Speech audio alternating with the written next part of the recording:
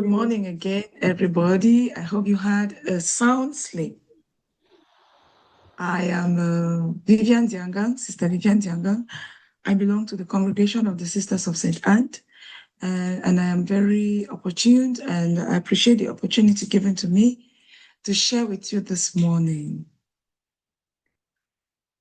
I am joining the class, the main topic, child protection basics. And today we're going to be talking about understanding the child's world. There is a saying that every child you encounter is a divine appointment.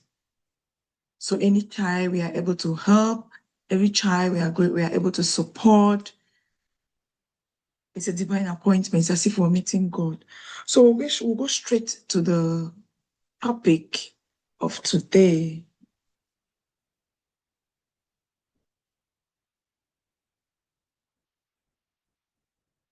Understanding the child's world. And under this particular topic, we're going to be talking about child development, child development's basics and vulnerability stages, signs of abuse, physical, emotional, behavioral, the silence of children, why they don't speak up, the power of a trusted adult, and then we're going to have an activity at the end of it, depicting or playing out a role play to see how we can interact with the child who is in distress. That said, we go to the first lesson of the day. What is child development? We cannot talk about child development and child development basics and vulnerabilities without defining what is child development, without knowing what is child development. So what is child development? This refers to the process of change a child undergoes from conception to adulthood. That is consists of the physical, the cognitive, the emotional, and the social growth and maturation in a child.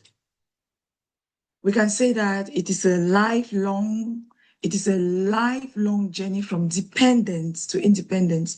You see, when a child is born, it's a baby. And if you look at it, if you see the pictures that are on the screen, you can see a baby and you can see the stages in which the changes that take place. That is the development. So as I'm saying, a lifelong journey from dependence. From birth, the child is dependent. But as the child grows up, the child gradually becomes independent. And this journey, throughout this journey, there is that development that takes place.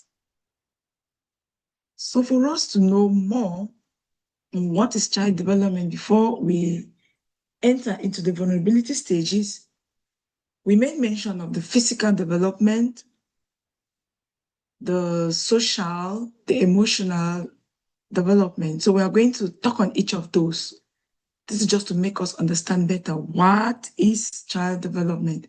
When we talk of the physical development of a child, we are putting our gaze here more on the motor skills as well as the coordination. So what do we mean by physical development? This is a process of change in a child, or it's a process that consists of growth and maturation in a child. So this is a maturation of the body, the change in size. Physical, it has to do with what we see, the outlook, the physiognomy of the child. It consists of the growth and maturation of the child. For example, the body, a baby. Very soon we start seeing that baby moving the legs. Very soon we see that baby creeping. After some time we see him running. So that is the development that takes place in the physical. And this physical consists of gross skills as well as fine skills. When we talk of gross skills here, you have to do with those skills that we really see. For example, when a child starts walking, when a child starts running, those are gross skills. And we'll talk of fine skills when a child is able to maybe button up his shirt, when a child is able to start scribbling, writing. Those are skills that the child is developing, and that is physical development. So physical development in a nutshell has to do mostly with what we see, and then those gross and fine skills that develop in a child. Are we there? Are we together? Yes, sister. Yes, we are together. Okay. Yes, we are together. Oh, what did I do? Okay, let's move on. Excuse me, sister. Yeah. Please, could you put your video on, please? Because it's recorded. We'll love to keep that, your presentation. So if you can be seeing your face, we would like that, please. Okay. Is it possible? It is, of course it is. Thank you. So where am I clicking now? Start video, right? Yeah, just go downstairs. You see video. Just click on it. Yeah. Is Okay. that right? Yeah, yeah. Okay. So we're talking about the physical development, of which we insisted on the motor skills, coordination. Now we'll talk about the cognitive development of a child. This will consist of the learning and problem-solving stage in a child. This refers to the growth of a child, or it refers to the growth of a child's thinking abilities. At one stage, the child starts thinking and tries to solve his or her own problems. This has to do with how they acquire knowledge and how they reason out and solve their problems. Cognitive has to do mostly with the mind. They start to reason out a bit, how to solve their problems, how to understand the things that happen around them. So that's the cognitive development of a child. And nextly, we talk about the emotional development of a child. What this emotional development consists of the emotional regulations as well as empathy. These will have to do with the ability to manage emotions in a healthy and adaptive way. It includes identifying feelings, accepting those feelings, and expressing those feelings, and also coping with the challenges that they come in contact with. When we talk about emotional feelings, emotional development, we notice when a child is growing up, that child has to start, she feels bad, she feels angry, she expresses when she's angry or when he's angry, he expresses when he's happy, when he's not content with something, he expresses it. Those are all emotional development. And also we say the child develops empathy. And this empathy can only go along when the child starts communicating. When the child starts communicating with the people around him or her, she's able to express empathy. For example, she starts noticing what is right, what is wrong, what he was supposed to do, what he was not supposed to do. And in response, he's able to express that emotion. And most of the time it comes out through empathy. So that is the third and very important one of the aspects that we have to take note in emotional development. We cannot talk about child development without talking about this physical, cognitive, emotional. The next one is the social development. As a child develops, the child also develops in relationships as well as in social skills. This refers to the child's ability to build relationships, interact with others, and navigate or go through social situations. And this the child cannot do alone. The child does it with the help of a caregiver, with the help of their mother, with the help of the nanny, with the help of those who are around them at the time. So a child cannot go through social development without as well developing his or her communication skills, without developing empathy, and without cooperating with others. So when we talk of child development, we must keep in mind these four values, these four core values. You cannot say a child is developed without thinking of the physic, without thinking of the cognitive, or without thinking of the emotional or the social development. And lastly, I conclude by saying that a child's overall well-being and future potential must be a combination of the genetic, the environmental, the physical, the emotional, and the social. a child to be whole, the child must have all this. Are we together, please? Yes, we are. Thank you. Okay, we move on. Our topic, our lesson, the lesson we're talking about, the particular topic was child development basics, and vulnerability stages. So I said we cannot start talking about vulnerability stages without knowing what child development is.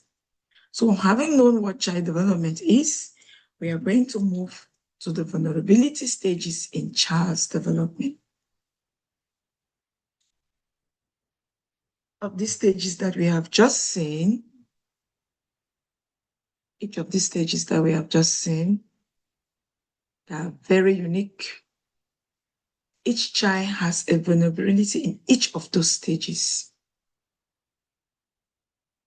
It might be neglect, it might be abuse, it might be environmental stressors.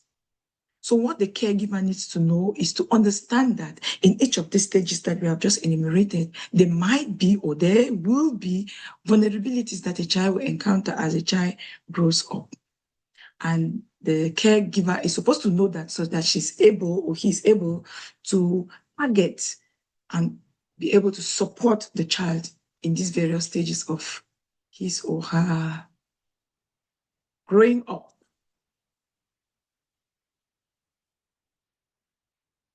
Okay. I have a little difficulty. How do I shape this now? Is that okay? Are you seeing me? Yes, we can see you. Okay. The first stage is the infancy stage. The infancy stage is between 0 to 1 year. In this stage, the child is completely dependent on the caregiver. Here we are looking at the vulnerability stages between 0 to 1 year. Just imagine a child who is born. That child is completely dependent on the mother or on the caregiver for food, for dressing, to be carried around, for everything. That child is dependent on the caregiver. In that particular stage, that child is vulnerable. And it is the task of the caregiver to be very vigilant.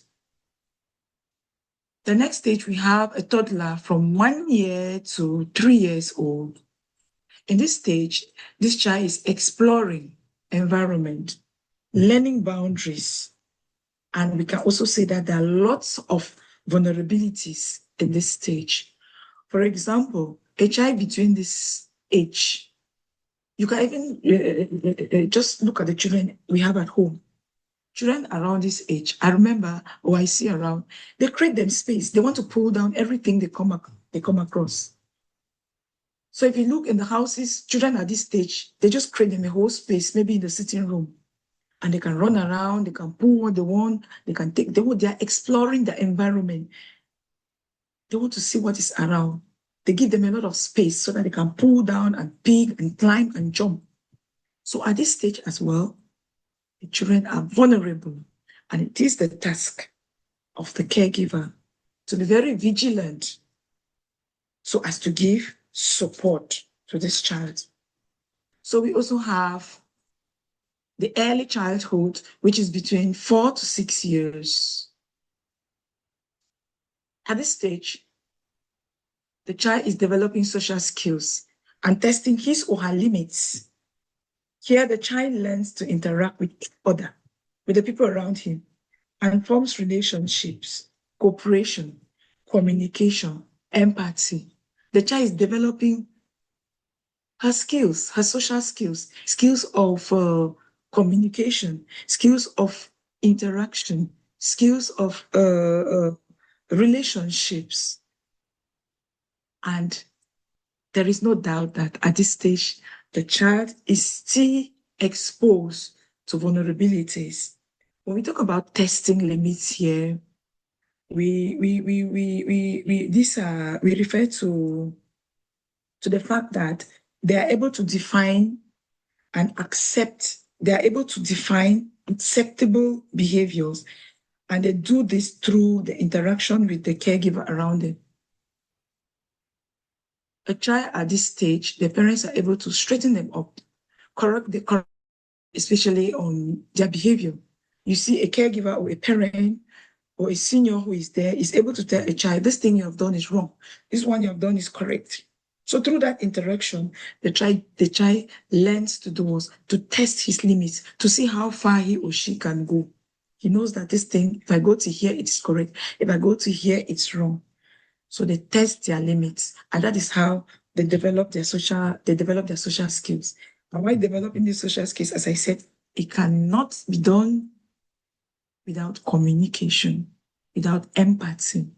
Still in this stage, we find these young children, they do play roles.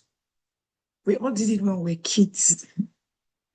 Like we try to imitate our parents, we try to act mama, they try to act papa. And sometimes some of them, when they have their dolls, they take care of their dolls, they wash them, they dress them, they try to feed them, even with food that does not exist, but they try to feed the child. So they are playing roles. And through these roles, what are they doing? They're developing their social skills and they're testing their limits. And these children at this stage are very observant. They observe what adults do, and then they try to interact, they try to imitate, and they try to practice. And as we say, it is a very vulnerable state. Children are very vulnerable at this stage. And it is the task of the caregiver to be vigilant. Very, very, very, very, very vigilant. Then we go to the next stage, which is the middle childhood, which is between 7 to 10 years old. Yeah, the child develops mostly the social skills, building his or her self-esteem. Children at this age develop a more realistic view about themselves. They start to form a sense of self-esteem based on interaction with others and their accomplishments. They recognize their strengths and their weaknesses. A child is able to say that I can do this, I cannot do this. So they're able to identify what are their strengths, and they're able to identify what are their weaknesses. So at this stage, the children begin to develop peer groups. Peer groups develop at this stage. Peer relationship becomes so important because they want to belong. They want to belong to a particular group of people where their identity is being revealed. And in this stage, we cannot not be vigilant because there are vulnerabilities that will come, and it is the task of a caregiver to give support. So for this caregiver to be able to give support, the caregiver has to be very vigilant and understand that at this stage, between 7 to 10, children build their social skills, they build their self-esteem, they learn to manage and reduce conflicts, they learn to communicate with their peers, and so on and so forth. And then we go to the next stage, which is the pre-adolescent, that is from 11 to 14. This one is very dangerous. I will not say dangerous, but it's a stage that we have to be very cautious and be very attentive. At this stage, the children their main thing is belonging to their peer group. The peer group is so outstanding and so strong. If you will notice with the children around us, if you deny them from associating with their friends at this stage, if you deny them from going to play with their friends at this stage, in fact, you're killing them, because that is where they reveal their identity. That is where they feel they belong. That is where they feel they're accepted. That is where they feel they can define a name for themselves at this stage. So peer pressure at this stage becomes stronger. I mean, very, very, very, very strong. And it's also at this stage that the child, still with the other skills, emphasizes more through communication, empathy. And the caregiver, the parents, the teacher, whoever is there, has to be very vigilant because most of the abuses come at this stage. Because when they are not guided, or when they don't belong to a positive peer group, a peer group that supports them, they will obviously belong to another one that pulls them down and leads them on the wrong path, and they'll make wrong choices, and that will be very detrimental. And that is how they'll fall into this vulnerability, and the support that we're supposed to give will not be available. So a caregiver is also supposed to be very, very, very, very attentive this particular point in time. Okay, we move on. We have been talking about the vulnerabilities that are present in the development of a child. And we have seen the various stages of development, and we are emphasizing that in each of those stages, the vulnerability is very available, and it is the task of the caregiver to be vigilant. We go to the next lesson, which is the abuse, signs of abuse. Signs of abuse. When we talk about vulnerability, when the child is vulnerable, the child can be easily abused. And we will not go to start talking about abuses without knowing the different types, the abuses that are present in the various stages. We're not talking about the types of abuses that exist. One, we have the physical abuse. We have emotional abuse, as well as we have behavioral abuse. We are going to dwell more on the physical abuse as well as the emotional abuse. The emotional abuse and the behavioral abuse are intertwined. They are linked. So we'll put the two together. We move on. So when we talk about physical abuse, this is a form of abuse that involves the intentional use of physical force or violence against an individual, resulting to harm, injury, or trauma. It can take many forms, including, so we're talking, these are the forms of child abuse. It is a form of abuse that involves the intentional use of physical force. When physical force is used on a person or on a child, it is physical abuse. These are the various forms of physical abuse.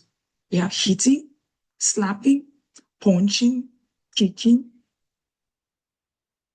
We have shaking, poking, burning. We have using objects to inflict harm, for example, belts to beat a child, or sticks to harm a child or beat a child when a child commits a fault. And then we have restraining or confining someone. So those are physical abuse. And you bear with me, in those various stages that we saw, this happens, these various abuses happens to the kids. We carry on.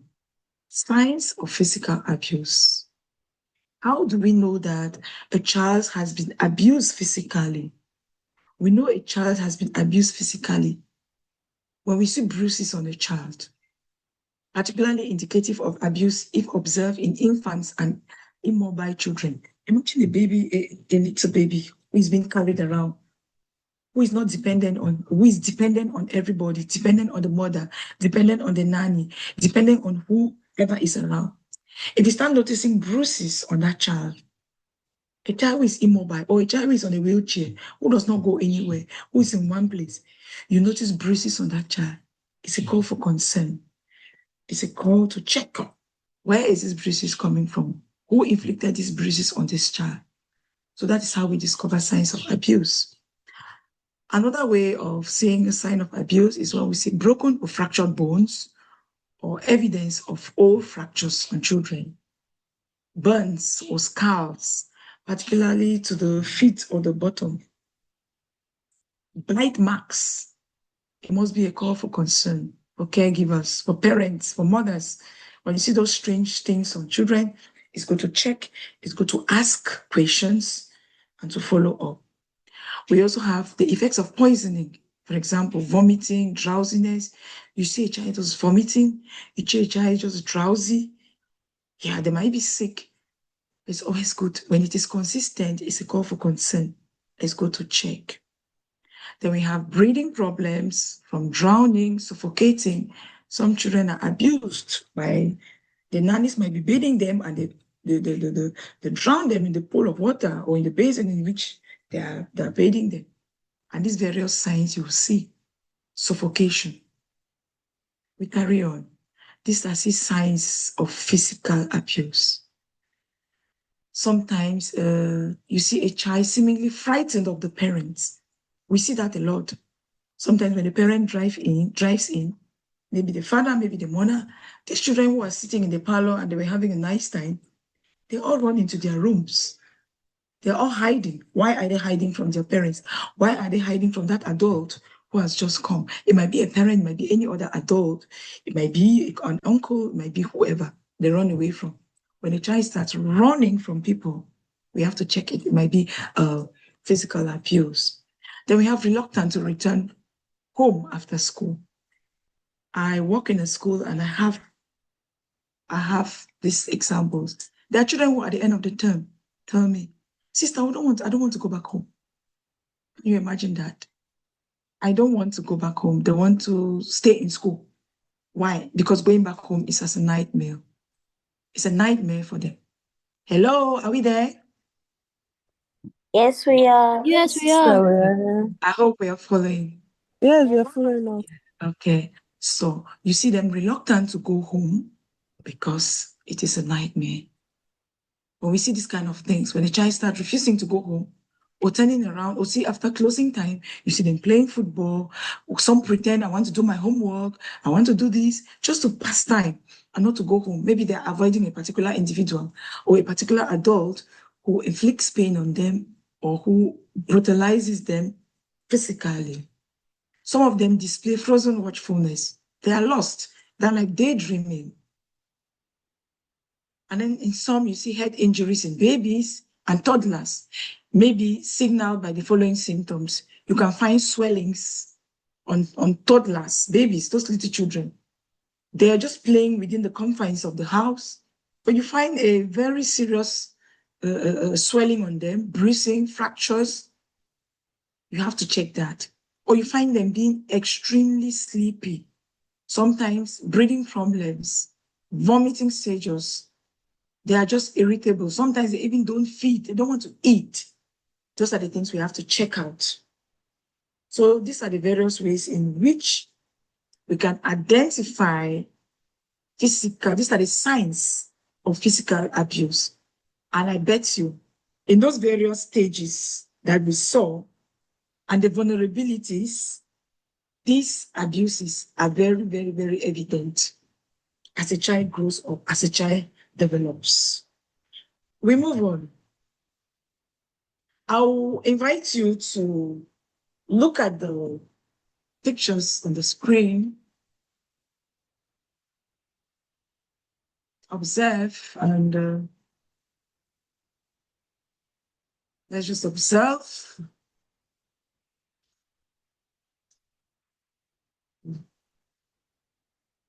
Okay.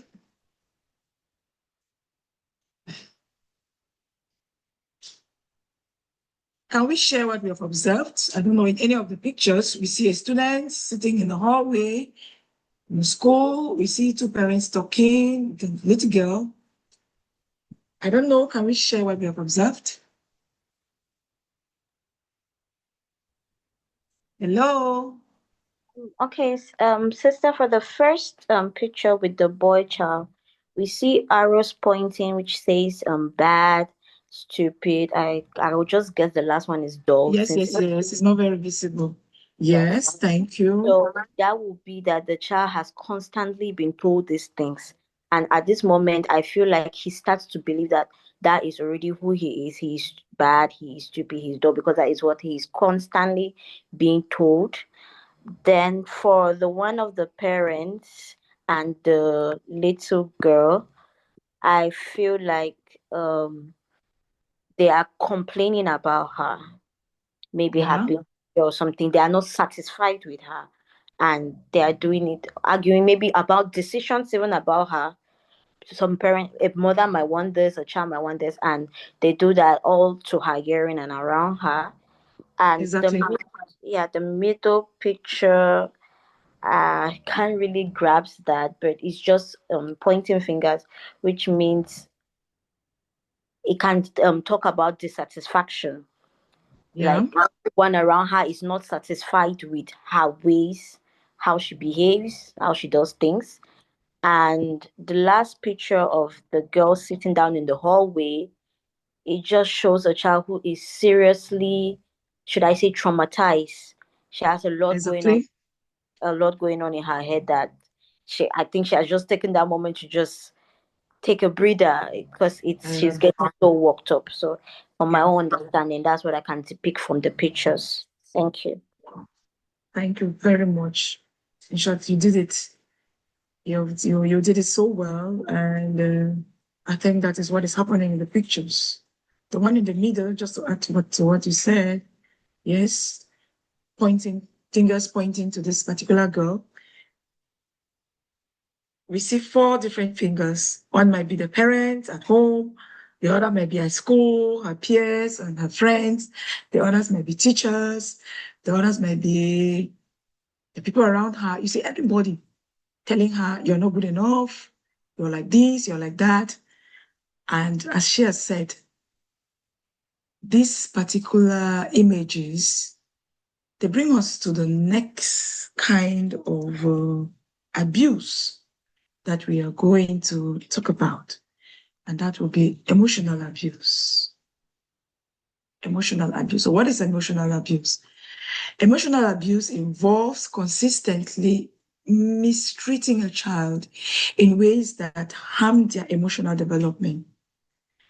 This can include making them feel worthless, unloved, or only valued for meeting someone else's need. If we want to compare it with physical abuse, your physical abuse, pain was being inflicted, right? There was hitting, shaking, beating. But these ones, actually, they don't use the cane. The cane is not used. The belt is not used. What I use that harm a child, that affects the child's emotion, and that is emotional abuse. So this can include making them feel worthless. Only words can make you feel worthless, as if you have nothing on this world. They feel worthless, they feel unloved, and they're just there. So that is emotional abuse. How do we know that a child is going through emotional abuse? Or how can how can you see that emotional abuse is being carried out in a particular situation? Or how can we ourselves, sometimes we are the ones who even do these things unconsciously, or we see others doing, and it is the task of the caregiver to be able to identify that in this situation, this child is being abused emotionally. When the child is humiliated or constantly criticized, all the time the child is humiliated in front of others, and the child is criticized for whatever thing he does, we are gradually abusing that child emotionally, and it brings down the morale of the child. When the child is threatened, when you threaten a child, shouting at the child, calling the child names, just as what we saw in the picture, maybe telling the child she's stupid, he's dull, he can never do anything. All those things go and stay in the subconscious of the child, and the child begins to build that up and tell himself, that is who I am. That is what I am. I can be no better, because the adults around him or the people around him have always called him names. They have always told him or her, you're stupid, you're dull, you're slow, you're, in short, all those kind of names. So making the child a subject of jokes or using sarcasm to hurt a child. Sometimes adults or even the people around, they mistreat children by using sarcasm, using words that are not kind enough. Then you blame a child. Sometimes this happens a lot at home. You blame a child for doing something that he has not done, scapegoating. Maybe there are two children in the house. One is your child, one is the child of a neighbor, or the child of your sister who stays with you. And each time they do something, you blame this particular child, it's not yours. And that child knows very well that she's innocent or he's innocent. But most of the time, he carries the blame. That inflicts pain on that child, and that child is being abused emotionally, and it affects that child, making the child perform degrading acts. This happens sometimes in schools. Some teachers, they say they don't want to use the cane, and they want to punish. They want to punish the child. What kind of punishment do you give? We are told to give positive punishments. You punish a child, but you make that child understand why you're making him do that punishment. But sometimes some teachers do degrading punishment. They make a child performing degrading acts. You're punishing the child for something that he did bad, but at the same time, you're making him carry out acts that will harm him. So in that case, you are abusing the child. You are working on that child's emotion, and it is going to affect the child.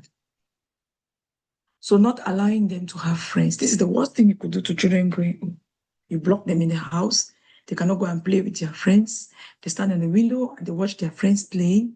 That's an emotional abuse, because the child has a right to play.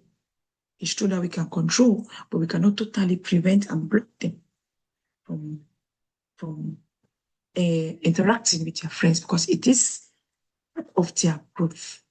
So when a child is not allowed to interact with her friends, we are abusing that child. Persistent ignoring them. A child does something so good in school. The child is happy with him or herself. He's able to carry out a task. He's able to succeed in that task. And that child runs to you. Maybe you're a teacher, to show you what he has done, to show you what he has been able to carry out, the task he has been able to accomplish. And for you to give a pat on the back, to say, this is good, keep on, you just ignore. I put it there. It happens at home, it happens at school. So it is the duty of caregivers, when you go out there, to educate parents to appreciate the little efforts their children make, no matter how small it may be. Children are very encouraged when they are appreciated, when they are not ignored. They want to know that they exist. They want to know that they can contribute, and that's all a process of growth. Manipulating a child is also emotional abuse. Manipulating a child, you can tell the child to go and do something, you know it is very wrong. But since the child is small and cannot reason out like you tell the child, go to daddy or go to this uncle and tell him to give money for this. Meanwhile, you didn't want money for that particular thing. You wanted to use the money for yourself. So when you manipulate that child and use that child to carry out, it happens a lot out there. You see some of these women who are married and maybe are separated from their spouses, they manipulate their children to get money from their spouses.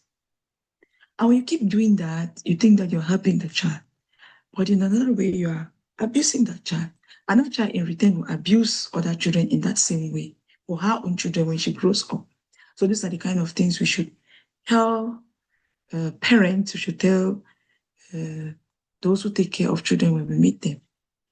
By never saying anything, we don't say anything kind, expressing positive feelings or congratulating the child. I mentioned this before.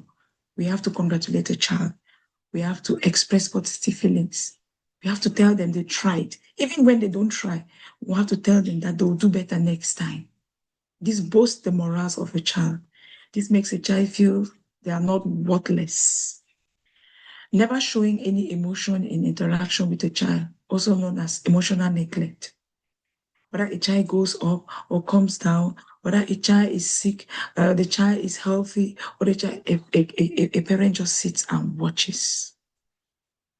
Those things go and stay in the subconscious of a child, especially when the child interacts with others and see other adults who show concern for their own children. But his own parents or his own adults that he has at home don't show him that kind of concern or that kind of appreciation. They neglect his own emotions. That child is abused emotionally. We carry on. So since we have known how a child is being abused emotionally, we'll talk about the signs of emotional abuse. These are the various signs you can find in a child when that child is emotionally abused. Lack of self-confidence. Lack of self-confidence. That child has no esteem. That child cannot stand on his feet. If you are a teacher, you pick this out easily in class. And we, as caregivers, we have to be very vigilant to this. And this is what we should educate others about. When the child cannot stand on his feet, the child cannot have his child cannot stand on his own and explain himself. There's something wrong somewhere. Why? Because that child is being abused. The esteem is so low. Why? Because they've always been told that they are bad. They've always been told that they are not good enough. They've always been told that they cannot do this. So if you're always told me that I cannot, then I remain where you've put me. I remain in that bottle where you've put me, and I stay there. Sudden speech disorders.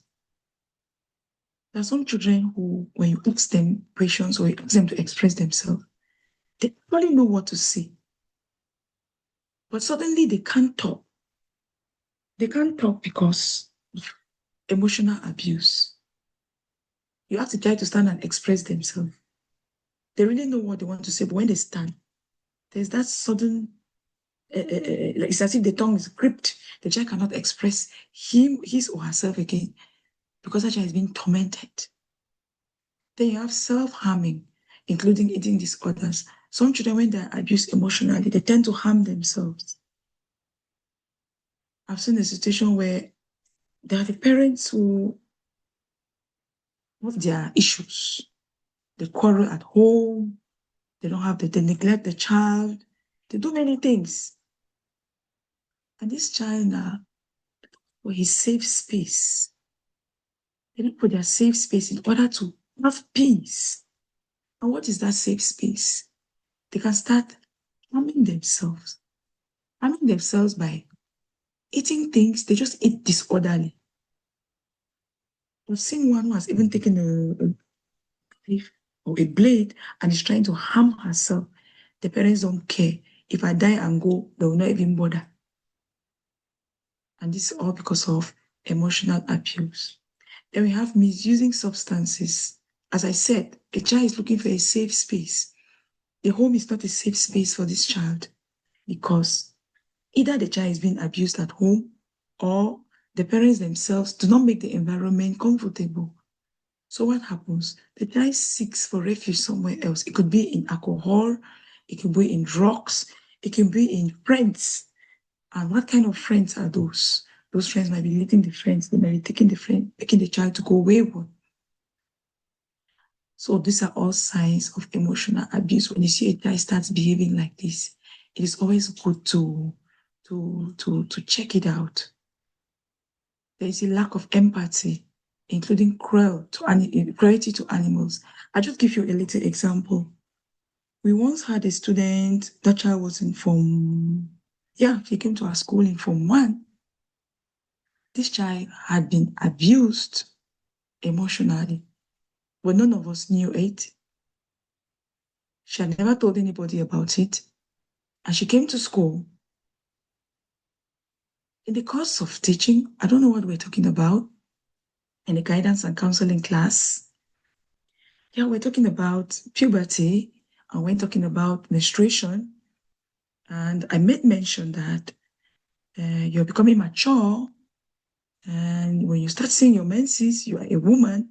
And when you start having sexual intercourse, you become pregnant. Sometimes we have to hit very hard. So I said this, and it affected that child so much. You know, we just say these things in class and we go. And it affected this child. And he had been involved in sexual intercourse while at home before she came to Form 1. He was abused. And it is only when I said this thing in class that if you were involved or maybe I made a statement, if you had been involved, you either become sick, you have an illness, or you become pregnant. It affected her. And she thought, since she had been involved in this kind of things, maybe she's pregnant, maybe she has a disease. This guy did not come up to me to tell me that, sister, you see, this is what happened. She started acting it out. She became so angry with herself that she became very cruel. Cruel to herself, but cruel to the persons around her. She would steal her friends' books and throw. Especially during exams, she would steal the books of her friends and throw them, or she would tear the pages in her friend's book. And when they discovered it, this child was always being punished for being wicked, for carrying out this kind of acts. She was punished severally, but she kept repeating the act. Until this one day that she went to the dormitory, I don't know, took a razor blade or scissors and tore the mattress of maybe 5 of her friends, actually destroyed the mattress. Again, she was reported, and the discipline office was obviously going to punish her. They were going to suspend her. And I called this child and I told her, I just called her and I said, you're so nice. You're so good. You're intelligent. You're among the first 5. How comes you carry out this kind of act? What is happening? What is happening to you? And she started expressing, she's angry, and what? She's angry with that uncle. That uncle was teaching her piano teacher back at home. And what did he do? He raped me. And you said in class that anybody who has done this will become pregnant, or they'll have AIDS, or they'll have this. Uncle, so you see, from a child was abused back at home 1 year ago. He came to Form 1. And that's when the child starts expressing what had happened to her. So just to say that, when you see children behaving in a kind of way, it's good to inquire. It's good to find out. When they're abused emotionally, they act out. Just to share with you what happened. We go to the next slide, which we'll be talking about the silence of children. I take the very example I just gave. This child was abused. She never told her parents. She never told anybody. She went through class 6, finished the year, came into Form 1. The whole of first term, that is 3 months, she never told anybody. And that was about second term ending. And this took place, and she was able to tell me this. Now you begin to ask a question. Why was she quiet? Why was she silent? This brings us to the next slide, or to the next lesson, which is the silence of children. When children are being abused, it's not easy for them to talk about it. And why don't they talk about it? Sometimes confusion or lack of understanding. Young children might not know what's happening. What happened was wrong. If the abuse started at an early age, it can seem normal to them. They may also not have the words to describe what happened.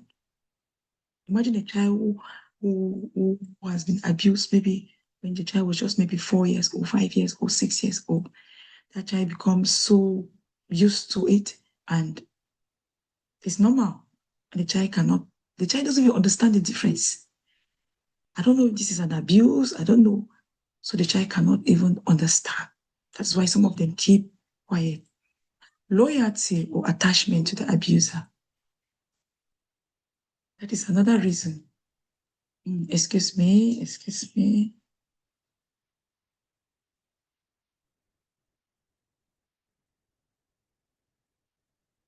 me.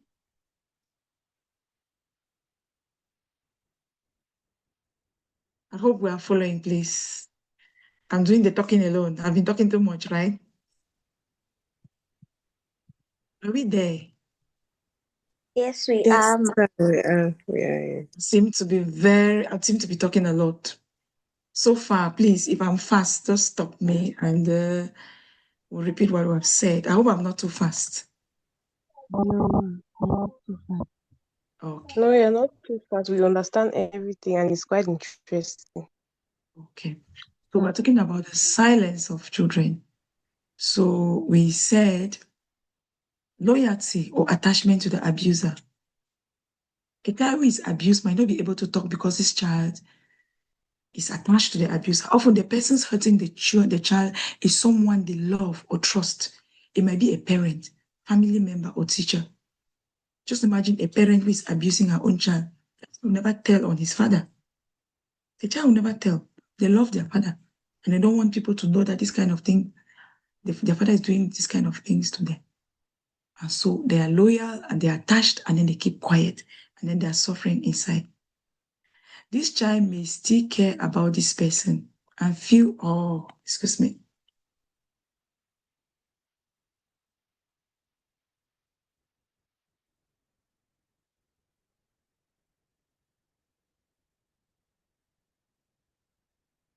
I'm kind of mixing up the slides. Okay. Excuse me.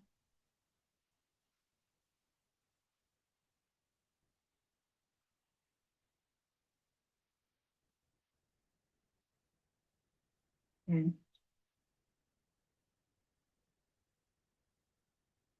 So this child may be loyal to this person and will not open the mouth.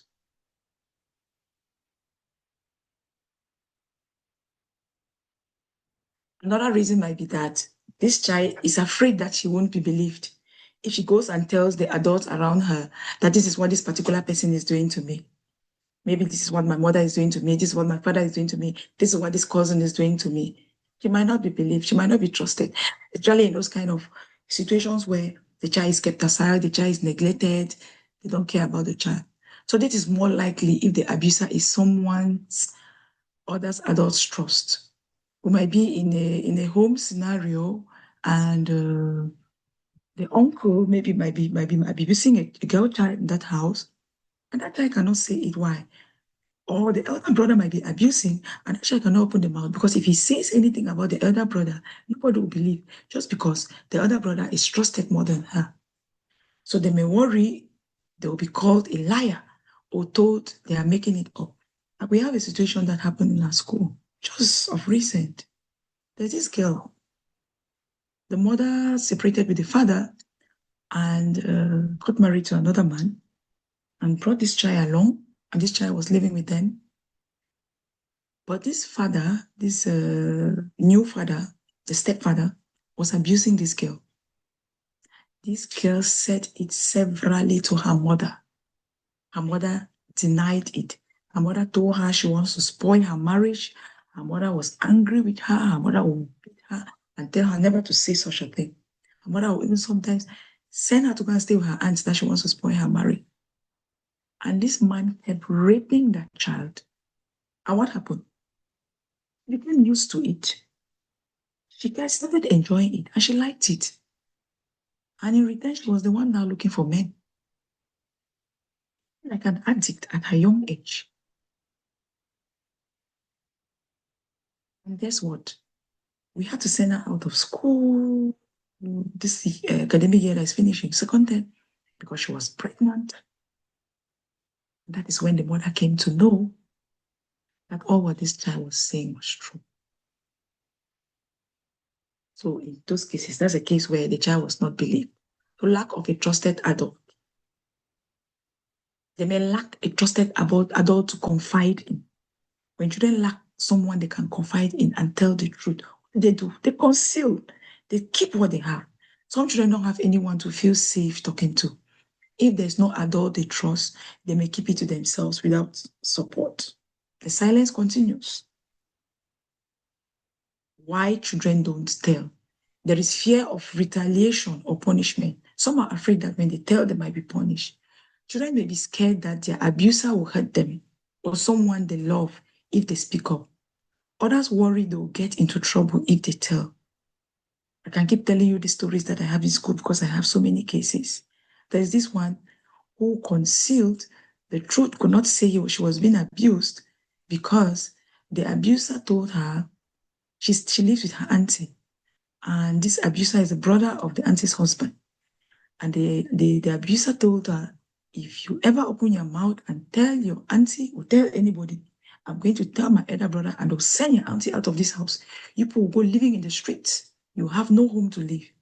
And this child did not want to spoil the marriage of her auntie.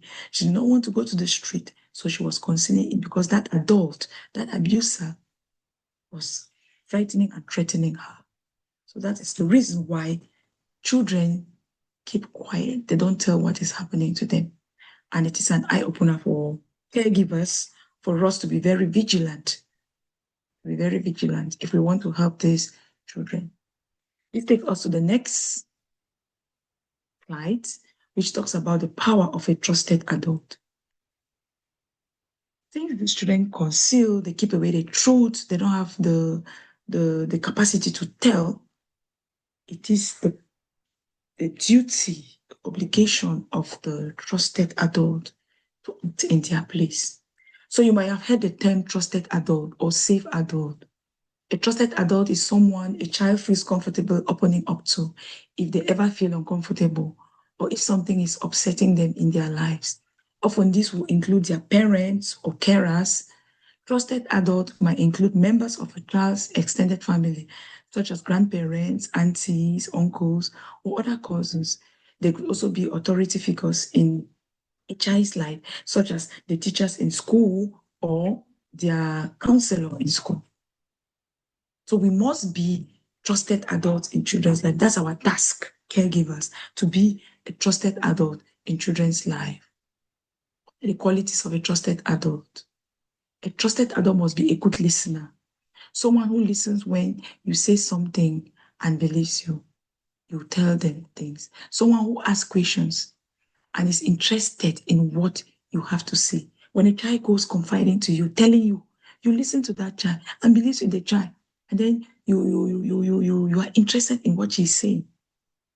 You are a good listener. When you listen to a child, that child will always come to you to tell you more. Good quality of a trusted adult is caring. Someone who puts you first, who puts the kids first, demonstrates that they care about you, your well-being.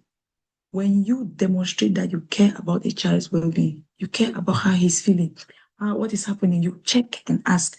Just that touch, that care that you show to a child will make that child to always want to come and confide to you. So these are the things we should be telling parents when we meet them out there in the field. They have to be trusted adults to their children. Trustworthy. Someone who doesn't break or question the safety rules or make your child feel they are pushing across a line of some sort is a person who feels safe and comfortable to be around. When you're trustworthy, when you're respectful, someone who is considerate of your feelings and personal space. When you are considerate of the feelings of a child, you respect their personal space. You listen to them. You tell them what you're supposed to tell, but you respect them in their space. They'll always come to you. When you're easily contacted, there are some of us who are good caregivers. We are trusted adults. We are not available. These children always want somebody who is available to listen to them, available to care for them, available to get what they want to talk about, available to support them. What are the key functions of a trusted adult? If you really call yourself a trusted adult, because I would say that all caregivers are trusted adults. If you call yourself a trusted adult, these are your functions. Emotional support. Trusted adults listen without judgment. They offer comfort and reassurance and help young people process difficult emotions. A child cannot come to confide in you, and the first thing is you start being judgmental. No. Yeah, the child might be sharing, might be strange, might but it is not your role to even physically show that you're judgmental. You have to listen, you have to offer reassurance, and you have to be there for the child to comfort them and help them, support them to come out of it. Emotional support is one of the main functions of a trusted adult. Then we have guidance and mentorship. Trusted adults, they can provide advice, help young people make decisions, and offer support in various areas like academics, social skills, and personal development. If in your family or in the society or in the school where you teach or wherever you find yourself, when the kids or the children, they discover that you are this kind of person, they'll always run to you for guidance. Not only guidance when they're abused, guidance in all spheres. They want you to advise them on what to do, on how to handle particular issues that happen in their development. And then a trusted adult has to be a role model. Trusted adults demonstrate positive behaviors, healthy coping mechanisms, and strong values, serving as examples for young persons, for young people to emulate. If you are a trusted adult, an adult that others look up to, just imagine you are in a school setting and you are the teacher or you're the counselor, or even in the home, you're the mother. Your children look up to you. In school, the students look up to you. Once the counselor, the children look up to you to be able to give them or to help them get solutions to their problems. And in return, you don't behave well. And then they start doubting your capability. They start running away from you even. They don't want to come and share their difficulties and with you. So trusted adults are very powerful in this situation. Trusted adults have a key role. They are the ones who make the connection. Yes, children go to school, they learn. There's so many things we learn. But for me, I would prefer a teacher or a child who connects with a child, more. Children will not learn from a teacher when they don't have that connection. They can sit in your class, they can enjoy what you're teaching them. But when you have that connection with them, your lessons are more enjoyable and they understand the lessons better. This go for the children at home and the children we meet around us. So those are the functions of a trusted adult. And so this brings us to, there's still more. We have a safe space. A trusted adult, they have to create a secure environment where young people feel comfortable expressing themselves, sharing concerns, and seeking help when needed. If you're a trusted adult and you want to talk to a child, you don't just sit anywhere. Take the child to a safe, create an environment where the child will feel safe, where the child will feel accepted. The child will not feel that you're judging her. When you give children this, when you make them know you're non-judgmental, you accept them, you just want to support them, they'll come to you. They'll feel safe in that environment. Trusted adults advocate for children. Trusted adults can advocate for young people's needs, ensuring they have access to resources and support system. I give my own example. I'm in a school setting. I'm a guidance counselor in my school. But sometimes I get challenged and I ask myself, why these children keep coming to me sometimes? You see a child is sick. We have an infirmary. And in that infirmary, there's a nurse where they could go and complain and tell the nurse what is happening to them. But you see a child knock at the door of my office. Good morning, sister. Yes, come in. What's wrong with you? Sister, I'm sick. I have this. Actually, you see the child sick. And I say, well, go to the nurse. Go to the infirmary. No, sister, she will not believe me. She will not be even sick. You're foot. But they don't want to go there because the nurse will not believe them. So you see, the child is already trusting that maybe if I listen to her, if I take her there, maybe they'll believe because she has passed through me. That should be the case for every caregiver. So now I'll sit with the child, I'll try to find out what is happening because sometimes they also tell lies. Maybe they just want to go home. So I'll sit with the child, I'll try to. And then in my place also, I have to talk with the nurse. Why is it that children don't feel comfortable? They always feel that you will not trust them. So in a way, I educate her. No, take it this way. Be more open with them. Don't just push them aside and say they are pretending. Don't just give them water to drink and send them back to class. So you advocate for the children, but you must be very vigilant because these young people also they are not easy. There are times that they play over our intelligence. And then trusted adult, they help by providing consistent support and encouragement. Trusting adults help young people to develop the skills and confidence to overcome challenges and bounce back from adversity. The child fails an exam. You don't just say, yes, you did not study. I knew this will happen. It has happened. So what next? A trusted adult has to build that resilience in the child for the child to be able to overcome, to gain his confidence, and to bounce back and to start all over. That is a duty of those are the functions of a caregiver. And now, since we have known the functions of a caregiver, I'm sure it's more than time. Can I continue? Can I continue? Yes, Hello. sister. Yes. You're almost done. Continue. The class is interesting. Okay. So after we've known the task of a caregiver, we're going to the next one. They say activities. That's what the lesson asks us to do. So we are going to try to carry out a role play where we'll depict an interaction with a child showing signs of distress. We're going to follow it together. Already on your screens, you see a scenario role play interacting with a child showing signs of distress. So this role play script focuses on a situation where a child discloses physical abuse to a trusted adult. It highlights the importance of a calm and supportive response, emphasizing the child's safety and the need to report the incident.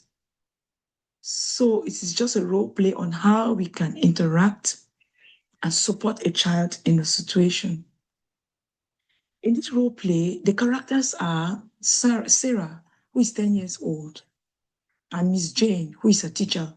Miss Jane could be her teacher, Miss Jane could be the trusted adult, Miss Jane could be the caregiver, like you and me. Miss Jane could be a counselor in a school. So Sarah is 10 years old. So this guy is experiencing abuse, and Miss Jane is a trusted adult. Setting. The setting takes place in the school and in Miss Jane's office, in the counselor's office. Scene. Sarah, who is always jovial and playful, is noticed, withdrawn, and seated, watching the other children play during break. Her teacher walks up to her. Hey, Sarah, how are you? Hi, Sarah, are you okay? Miss Jane greets her warmly. Sarah does not even answer. Hi, Sarah, you look a little sad today. What's on your mind? Can you come to my office? Seeing she was just sitting there doing nothing, the teacher deemed it to create a safer space for her where she could express herself. The teacher invited her. Sit down, Slay. Okay. And then she goes. And when she's seated, she starts. I don't know where to start. And the teacher says, it's okay. Take your time. You can tell me anything. I'm here to listen. Sarah starts crying, or tears starts welling up. And she begins to recount. Yesterday, my dad, he got really angry and he pushed me. I felt and hit my head on the table. Not the first time. This is not the first time. Then he comes back drunk and angry. He does that to me. Miss Jane reaches out, but doesn't touch her without permission. Oh, Sarah, that sounds scary. I'm so sorry that happened to you. Can you tell me more? Sarah begins to cry again. I don't want him to be angry. He said not to tell anyone, but it hurts, and I felt so scared. Miss Jane, and Miss Jane now talks gently. Sarah, okay to feel scared. It's also okay to tell someone when you've been hurt. You did the right thing by talking to me. You are not responsible for what happened. It's not your fault. But he said it was my fault because I was being bad. Miss Jane, that's not true. No matter what, you don't deserve to be hurt. You were not at fault. It's important that you're safe and that you know you can talk to me or other adults you trust whenever you need to. Will you tell someone? I'm scared. Miss Jane, yes, I will. I need to make sure you're safe. We will talk to some people who can help us make sure that you are safe. I'm going to stay with you through this, okay? And remember, you are brave. You are very brave for telling me this. And Sarah now nods, looking relieved. Okay, madam. So she feels a bit relieved. Miss Jane, now let's talk about what happened in a little more detail. It's important for me to understand everything so we can help keep you safe. We're going to take things slowly, and I promise to be here for you step of the way, okay? And so the scene ends with Miss Jane and Sarah continuing the conversation, focusing on gathering details and ensuring Sarah's safety. Miss Jane would then report the incident to the appropriate authorities or will meet the parent of the child as per the school's policy and legal requirements, ensuring that Sarah is kept informed and supported through the process. That's the end of our role play. Elements. Yes, we had the role play in which we saw this child depicting signs of distress, of abuse, and the interaction of the caregiver. Key elements in this role play: creating a safe and supportive environment. This take home. This is what we have to learn from the role play. Miss Jane uses a calm, non-judgmental tone and offers physical and emotional comfort without invading personal space. She creates a space where the child feels comfortable expressing emotions and seeking help. 2, validating feelings. She acknowledges Sarah's fears and sadness, letting her know that these are normal reactions. 3, active listening.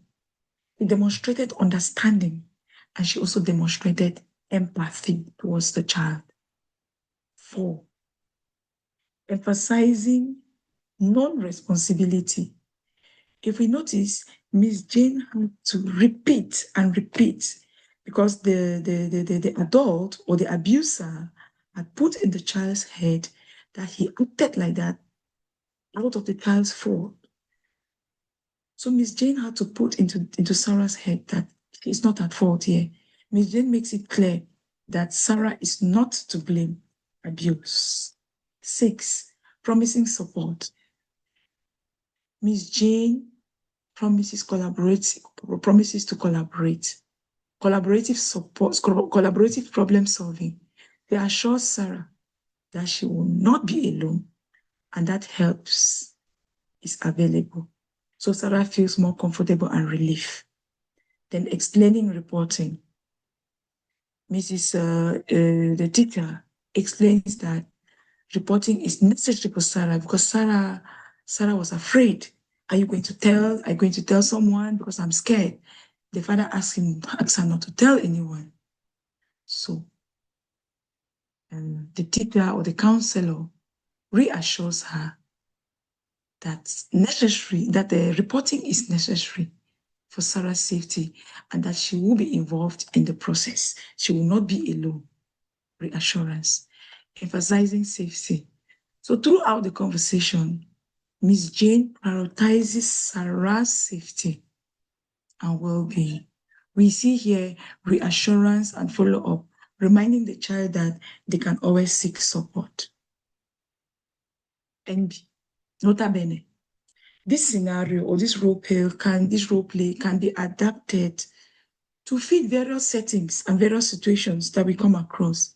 So the key is to create a realistic scenario that allows caregivers to practice recognizing responsibilities, that give caregivers to practice recognizing, responding to, and reporting abuse and neglect. That was the essence of the play role.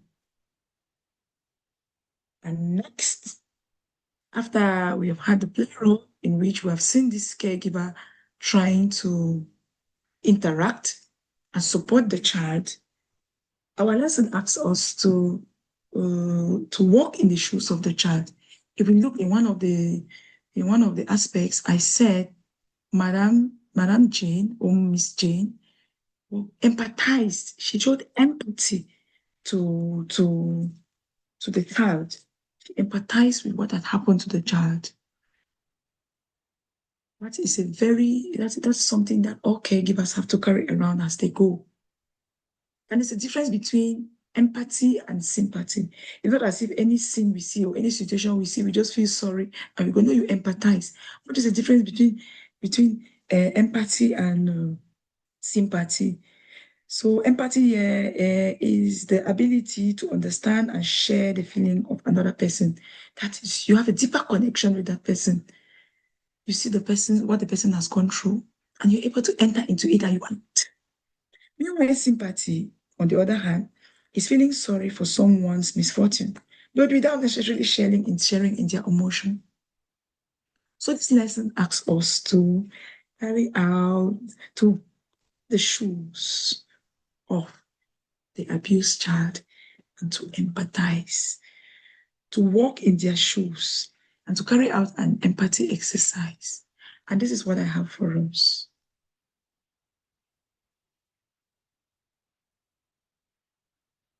The story of the Good Samaritan. I'll invite us to watch quietly and just follow. Luke chapter 10, verses 25 to 27. Oops. Excuse me. Oops. I made a mistake.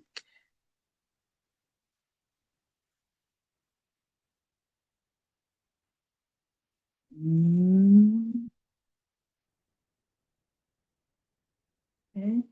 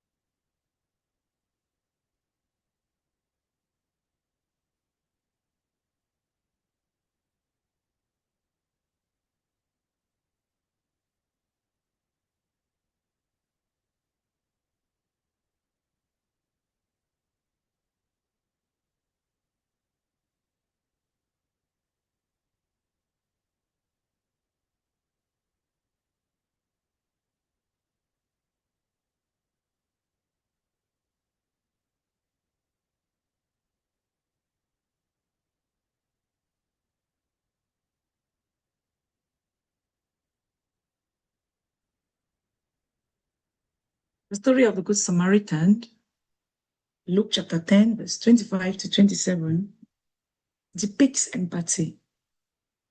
The priest came, looked at the man who was on the floor and passed.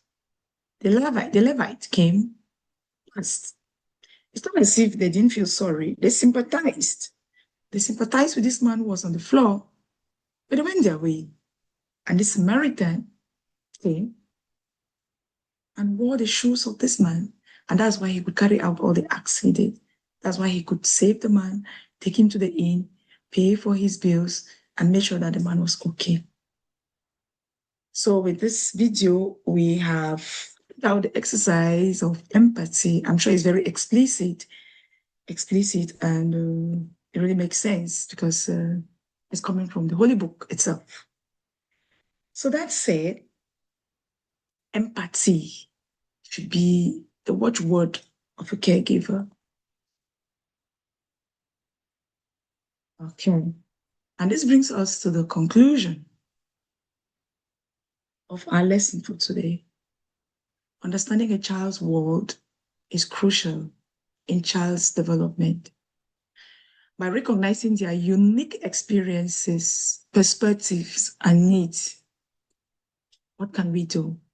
When we understand their unique experiences and their perspectives and their needs, we can foster health development, we can build strong relationships, we can provide supportive environments for them, we can identify potential challenges or issues and tackle them before time.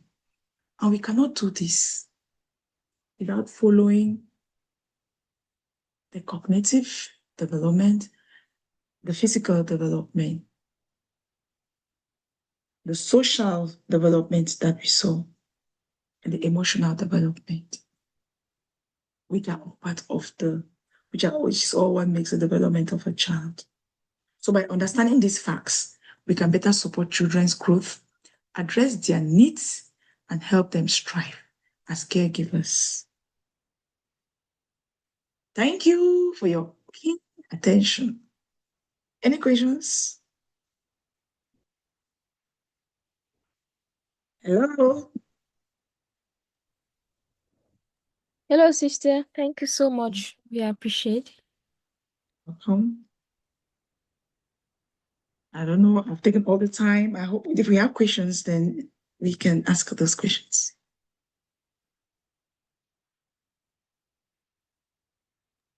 Thank you very much, sister. It was clearly understood and clearly explained. I learned a lot actually from the lesson. So I actually don't have any question. I just want to thank you for the very insightful session.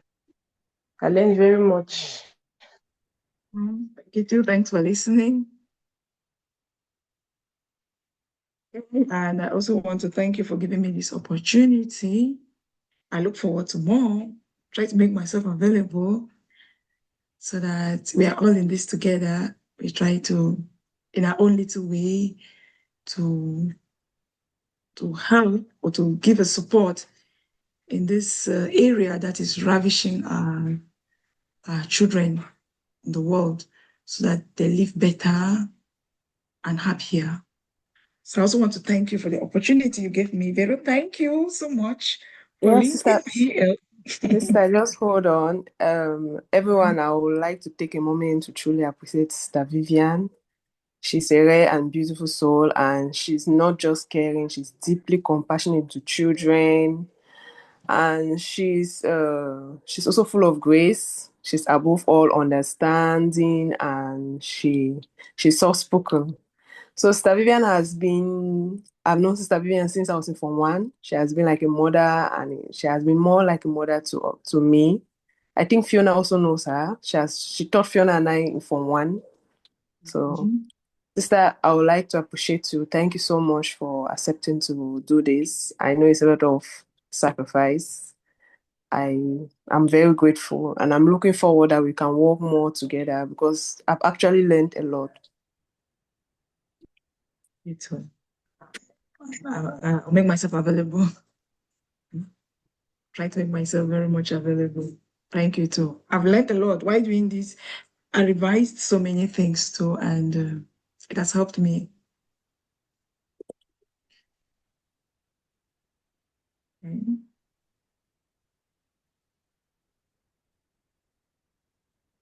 Thank you very much, sister. Um, Okay. Um, Bro, over to you. Any other thing you want to do, say? No, there are no questions for now. So the session was quite explained. She explained everything detailing to show that even a little child could understand the session. So it was very interesting. It was very, very interesting. Thank you so much, sister. you too. Thank you. And I look forward in doing more of this. I'll really try to make myself available. I want to appreciate you. I appreciate the organizers of this, and I appreciate what you're doing. God bless you. Okay, bless you too. Okay, thank you very much. Yeah, sister, I have just a little concern. Yeah. Regards to the disability, because you know there's visible disability and like invisible. I don't know if that should be the term I should use. In terms of Again, the please. hello? Yes, I'm getting you. Yeah. I'm talking about disability in terms of the visible one whereby you can see the disability of a child, all right? While the Mm, invisible one, it's when you ask questions or when it's medically proven that the child is sick. So regards to the child development, okay, mm. how should we approach this issue when it comes to the invisible disability of a child? Okay, if I may try to answer your question, when you talk about the invisible disabilities, I work mostly with it. You know, I come across these children and I have a lot of experience. Like I have a child in Form 1, that child has repeated Form 1 2 times, and this is the third time, and she's still, from her results, Yeah. you cannot send her to the next class. And when I was finding out, she's slow, they have brought these teachers to teach her, and she's this. And I asked them, are you sure it's just that this child is slow or she has other disorders? She has other problems. Okay. So what I did was that I asked the teachers to give her oral exams. Because to write she cannot. She cannot write. But she writes when she writes like German. You can't read what you don't understand, you don't put the words together. So I asked the teachers to give her oral exams. And guess what? She had everything correct. That Mm. has a problem. She might have a problem. I don't know the name now. To write, she Okay. understands everything, but she cannot write it. She cannot put them down in paper. So that's something that we ourselves could not help. We just see the physical, right? Yeah. She's dull. She's like that. She's like that. But inwardly, that child has a problem. So in this case, we really cannot help the child in our school because we don't have specialists. What I usually recommend is referral. Because there are some people who have actually studied and specialized in these particular fields of various disorders that they can handle a child little by little to come out of that particular disorder that they have. So I'll just tell you what I was proposing to the parent, although they were asking me to enlighten them, I'm still finding out and asking many people if they know where I could refer. So it's referrals. What I do is refer. Because when it's that, as you said, innate, inside, right? It's not what you see, it's inside. You have to take time to diagnose what it is. And when you diagnose what it is and you know that you cannot handle it, you make referrals. So I contacted Crossroads. I used to have a seminar with one agency there in Yaoundé. So I contacted them and they were trying to look for somebody that they could or refer the parents to take the child to. That's what I do. I don't know if I even answered your question. Hello. Okay. Yes, sister. Sorry. I hope I give a little light. I don't know if I really answered your question. No, no, yes, you did. Because Yes. as a child protection officers, so one of the issues we face with regards to disabilities, you know, our parents or our environment are not really conscious of the disability that really affects children, because children are not able to express themselves, so they tend to think or presume that should be the case, especially with regards to the medical aspect, as you earlier mentioned concerning that child finding difficulty in writing down. But us as individuals, we tend to say, no, that child is not good, that child is not it's not smart enough. Yeah. Yeah, you see. So it's a ability as child protection officers to be able to really put ourselves in the child's shoes, looking them from the aspect of disability. What kind of disability is that? So when we are able to talk to these children, we are able to understand where they are coming from, or in terms of the medical approach. So I think that was my own questions to really get understanding on this child development. Thank you very much. Thank you very much. I think their shoes, beginning from where they are. Then from there you can have a leadway of how to help them. Thank you, too. Thank you very much. Mhm.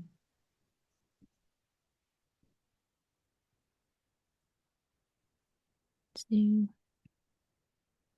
any other question, anybody? Veronica, please, over to you, please.